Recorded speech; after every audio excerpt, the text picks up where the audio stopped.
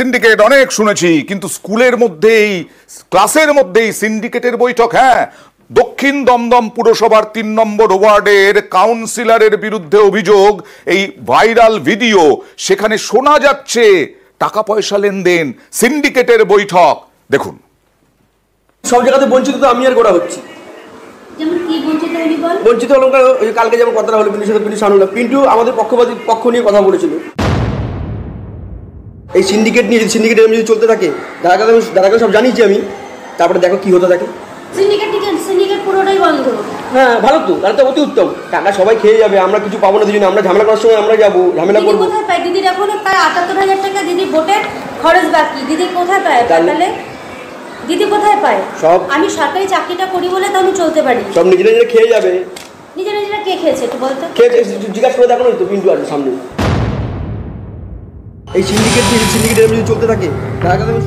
গোপা পান্ডে দক্ষিণ দমদম পুরসভার ৩ নম্বর ওয়ার্ডের তৃণমূল কাউন্সিলর। এলাকায় দাপুটে তৃণমূল নেতা হিসাবে পরিচিত তিনি আবার সরকারি স্কুল মাটিকোল চারুচন্দ্র স্মৃতি বিদ্যা মন্দিরের শিক্ষক। অভিযোগ, স্কুল চলাকালীন স্কুলের ভিতরেই দলীয় কর্মীদের নিয়ে বৈঠক করেন গোপা পান্ডে। সেই বৈঠক আলোচনা হয় সিন্ডিকেট নিয়ে। সব জায়গাতে বঞ্চিত তো আমি আর গোড়া হচ্ছি। বঞ্চিত হলাম কালকে যেমন কথাটা হলো পিন্টুর সাথে, পিন্টু আমাদের পক্ষ নিয়ে কথা বলেছিল।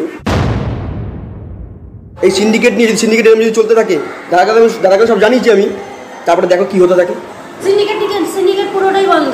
হ্যাঁ ভালো তো, তাহলে তো অতি উত্তম। টাকা সবাই খেয়ে যাবে, আমরা কিছু পাবো না। দুজনে আমরা ঝামেলা করার সময় আমরা যাবো, ঝামেলা করবো। কোথায় পায় দিদির? এখন প্রায় ৭৮,০০০ টাকা দিদি ভোটের খরচ বাকি। দিদি কোথায় পায়? তাহলে দিদি কোথায় পায়? সব আমি সরকারি চাকরিটা করি বলে তো আমি চলতে পারি। সব নিজেরা খেয়ে যাবে।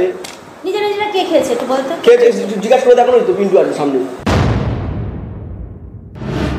এরকম কোনো ঘটনা আমার জানাই নেই, আমি জানি না, আমি দেখিনি কিছু।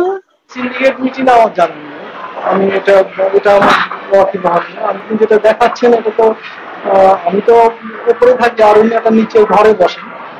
এর ওই ঘরে বসে উনি এসব করেছেন কিনা সেটা আমি কখনোই ঠিক নয়, একদম তো ঠিক নয়। যদি করে থাকেন এটা তো খুবই অন্যায়।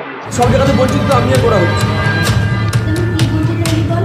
অনুপ চক্রবর্তী, নিউজ 18 বাংলা।